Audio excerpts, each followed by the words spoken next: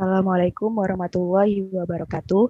Perkenalkan, kami dari kelompok 5 akan membahas tentang referensi yang kredibel. Sebelumnya, kami akan memperkenalkan diri terlebih dahulu. Perkenalkan, nama saya Elfrida Atalah Nurmahdianta dengan NRP 5011201088. Perkenalkan, nama saya Muhammad Farian Amrullah, NRP 5011201072. Perkenalkan, nama saya Raffi Mubarak dengan NRP 5011201080. Perkenalkan, nama saya Muhammad Akmal Fikri dengan NRP 5011201104. Perkenalkan, nama saya Jennifer Teresa Utapea dengan NRP 501120011112.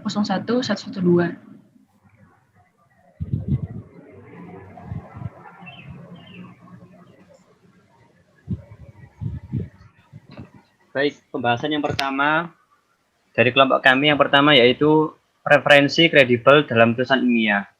Pentingnya referensi yang kredibel dalam memulai dan menyertai tulisan ilmiah.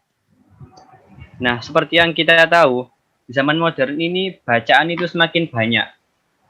Tidak hanya dari buku yang kita dapat beli di toko buku, kita juga dapat mengakses bacaan dari internet. Dan bahkan ini lebih murah dan dikatakan gratis. Sekali kita searching di internet, kita dapat membaca banyak sekali tulisan yang bisa dijadikan bahan bacaan. Nah, akan tetapi tidak setiap bacaan yang ada di internet itu dapat dijadikan sebagai sumber referensi untuk kita membuat karya tulis ilmiah. Nah, sudah tahu begitu, maka pertanyaan selanjutnya adalah mengapa harus yang kredibel? Seberapa penting sih referensi yang kredibel? Yang pertama yaitu mengikuti aturan dan kaidah umum dalam proses membuat tulisan ilmiah. Apalagi kalau kita sudah berada di jenjang perguruan tinggi, maka akan ditekankan lagi mengenai aturan ini.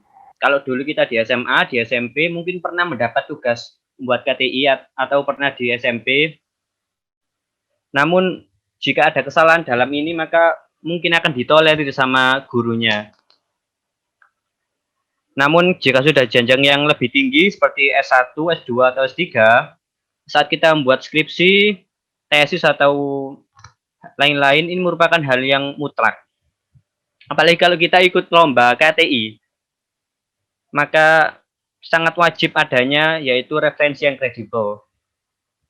Kemudian alasan selanjutnya adalah agar bisa dipertanggungjawabkan. Kalau kita sudah di ranah pekerjaan, di ranah kerja, maka akan ada lembaga yang menerbitkan KTI kita, dan kalau kita terbukti memberikan referensi yang salah, maka ini bisa dikategorikan sebagai penipuan dan bisa dipidana tentunya. Dan ini sungguh sangat tidak diinginkan oleh penulis atau peneliti. Kemudian yang ketiga yaitu menjadikan tulisan ilmiah juga kredibel.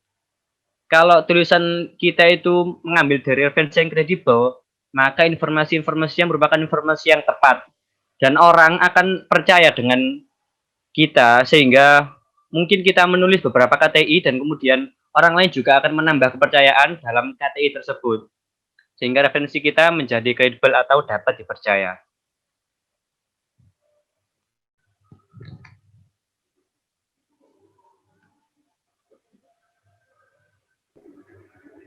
Kriteria referensi yang kredibel. Betapa pentingnya referensi yang kredibel saat memulai dan menyertai tulisan ilmiah.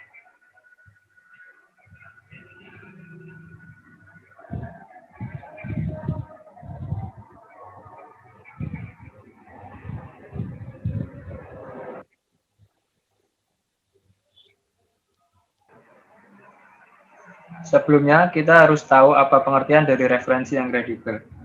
Arti kata dari referensi sendiri adalah sumber acuan atau rujukan petunjuk, sedangkan kredibel yang berarti dapat dipercaya. Maka dapat disimpulkan bahwa referensi yang kredibel yaitu menulis karya tulis ilmiah dengan suatu sumber acuan atau rujukan untuk menulis suatu karya ilmiah yang bersifat terpercaya dan dapat digunakan sebagai acuan atau rujukan, dan acuan ini dapat dipertanggungjawabkan.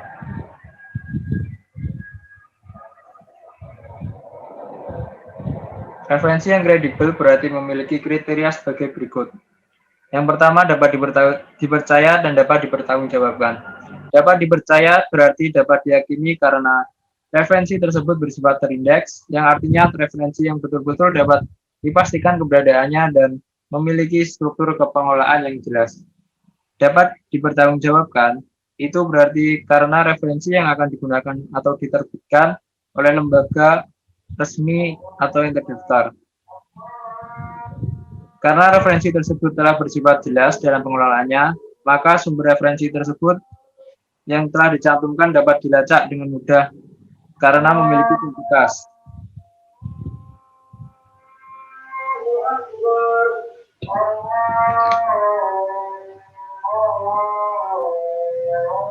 Referensi yang bersifat memiliki reputasi ilmiah, yaitu referensi yang berasal dari jurnal, buku, atau karya tulis ilmiah lainnya. Selanjutnya, hendaknya referensi yang dicari adalah literatur atau bahan pustaka yang relevan dengan penelitian-penelitian yang dilakukan, agar dalam menjalankan penulisan karya tulis ilmiah dapat berjalan dengan lancar. Referensi yang ditulis harus cukup besar, yang berarti memilih sumber rujukan atau referensi dan kepustakaan yang betul-betul relevan dan pembahasannya, karena begitu luas cakupan-cakupan materi yang akan diambil sebagai rujukan dalam penulisan karya tulis ilmiah yang akan digarapnya.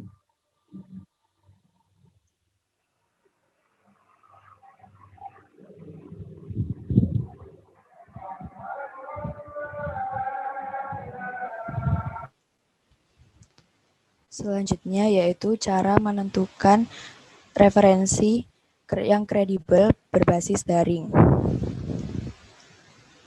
Menentukan referensi yang kredibel merupakan hal yang penting karena dalam membuat sebuah karya ilmiah diperlukan kejelasan dan pertanggungjawaban atas informasi apapun yang terkandung dalam karya ilmiah tersebut.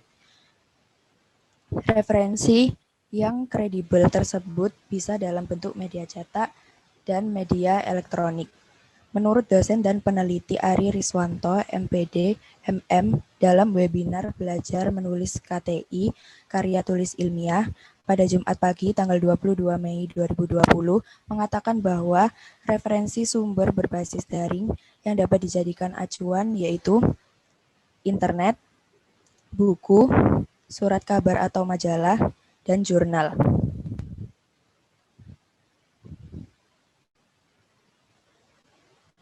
Berikut adalah tips saat akan menggunakan internet sebagai sumber referensi. Yang pertama, pastikan dulu bahwa situs yang dijadikan bahan rujukan bukan berupa blog, karena blog hanya berisi opini atau pendapat yang tidak didasari oleh keilmuan para pakar profesional. Lalu, yang kedua, menggunakan situs internet yang dirujuk oleh kampus atau pemerintah meliputi Perpustakaan Nasional Republik Indonesia, Perpustakaan ITS, Sinta, Garuda, Garba Rujukan Digital, Arjuna, Ide Menulis, dan sebagainya. Yang ketiga yaitu menggunakan situs yang telah diakui secara internasional.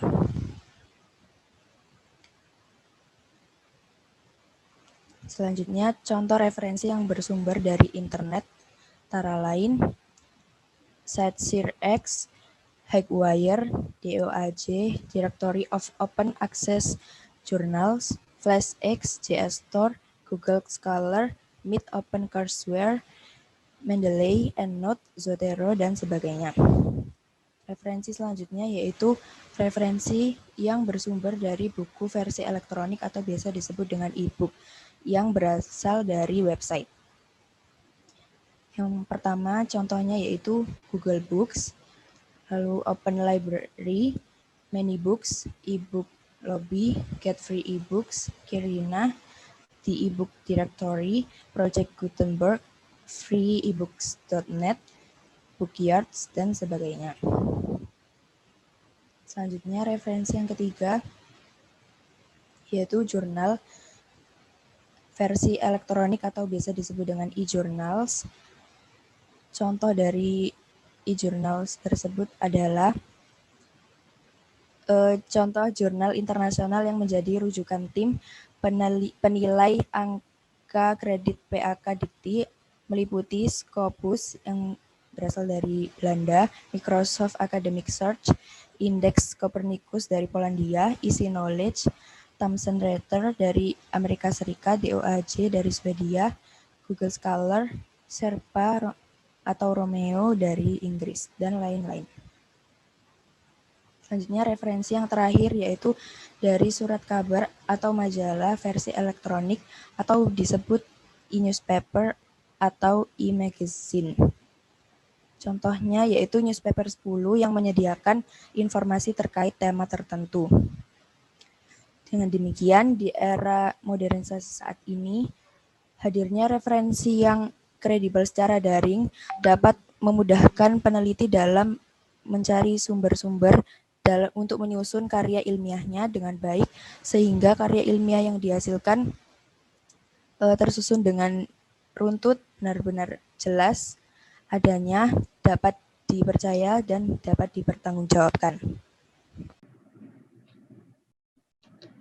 Seperti yang sudah dijelaskan teman saya tadi barusan, dalam menciptakan karya tulis diperlukan yang namanya referensi atau sintasi. Nah, untuk menciptakan referensi dan sintasi yang baik, diperlukan sebuah aplikasi. Jadi, aplikasi tersebut berguna untuk meng-cross-check tulisan kita. Nama aplikasi tersebut ialah Mendeley. Menurut sumber yang saya dapat, Mendeley merupakan salah satu alat bantu menulis ilmiah modern untuk memperlihatkan celah dan kaitan-kaitan tulisannya dengan topik yang sudah pernah dipublikasi.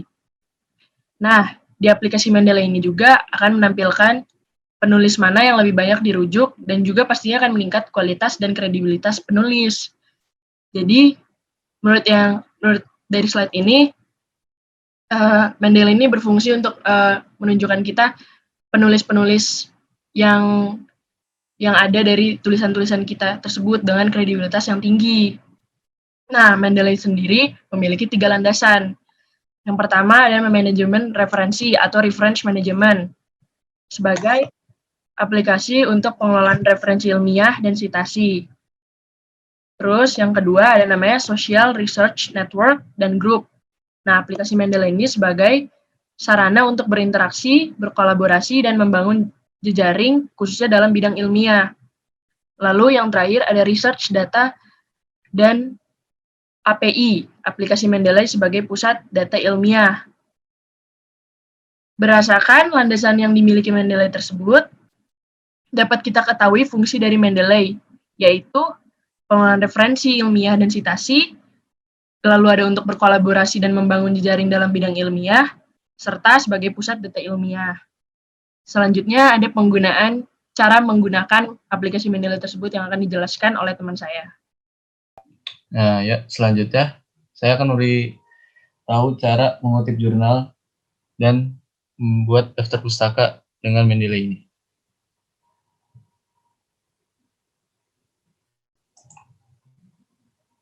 Nah, jadi pertama-tama kita install dulu Mendeley-nya. Lalu kita buka Mendeley. Nah, pastiin Microsoft Word ya udah di open juga. Nah, kita pertama mau hubungin dulu dari Mendeley ke Microsoft Word-nya. Cara pertama buka tools, terus install Microsoft Word plugin. Nah, kalau udah nanti seperti itu. Lalu di reference ya, ada tulisan Open Mendeley seperti itu. Berarti kalau udah kayak gitu, tandanya udah terhubung dengan Microsoft Word ya.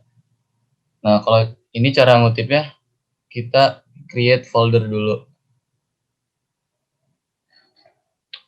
Nah, kalau udah di create, kita pilih filenya yaitu dengan cara add file atau add folder.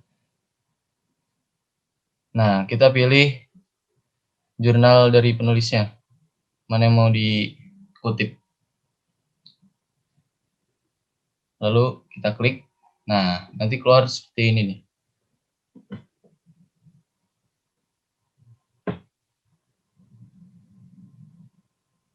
Lalu kita harus samain judul dari jurnal artikel dengan si Mendeley. Udah sama belum sama judul penulisnya yang pengen kita kutip? Nah, caranya nggak usah diedit-edit lagi, tinggal di copy. Nah, ini tinggal di copy. Langsung kita paste di sebelah jurnal artikelnya. Nah, kita paste. Nah, berarti ini udah sama. Lalu sama di abstraknya, yaitu di isinya juga harus sama, harus dicocokin juga. Tinggal di copy paste juga. Nah, kita harus samain. Terus sama kata kunci ya, yaitu author keywords ya, harus disamain juga. Tinggal di copy terus di paste juga sama. Nah, kalau udah cocok gitu, berarti intinya ini udah sama. Nah, tinggal di close tab.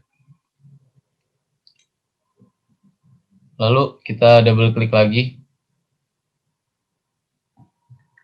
Nah,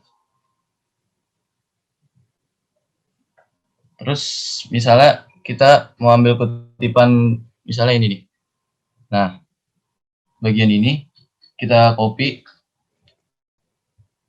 Nah, kita copy. Lalu kita pindah ke Microsoft Word ya. Nah, kita paste apa yang mau kita kutip. Nah, nanti otomatis ada tulisan dari penulisnya. Langsung kita kasih tanda kutip di awal dan di akhir. Tanda kutip 2. Nah, arahin kursor di sebelum titik. Langsung kita pindah ke reference. Nah, kita klik insert citation. Nanti akan keluar seperti ini. Langsung kita go to Mendeley. Nah, kalau udah, kita pilih lambang site itu tadi. Nah, otomatis langsung keluar nama dari penulis tersebut, milik jurnal tersebut. Ya, jadi itu tadi cara untuk mengutip jurnal. Nah, sekarang ada cara untuk membuat daftar pustaka dengan Mendeley ini. Yaitu kita awal-awal kita ketik dulu daftar pustaka.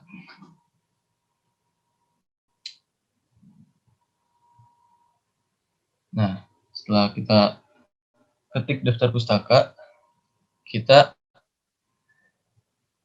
reference lagi, langsung insert bibliography. Nah, nanti otomatis akan keluar sendiri daftar pustakanya dari jurnal yang kalian pilih tadi. Ada namanya, terus ada penulisnya, judul-judulnya. Nah, nanti otomatis akan keluar kayak gitu. Nah, jadi gitu aja cara ngutip jurnal dan buat daftar pustaka dengan Mendeley. Sangat mudah sekali. Ya, sekian. Terima kasih. Sekian penjelasan dari kami. Terima kasih, mohon maaf apabila ada salah kata. Assalamualaikum Waalaikumsalam warahmatullahi wabarakatuh. warahmatullahi wabarakatuh.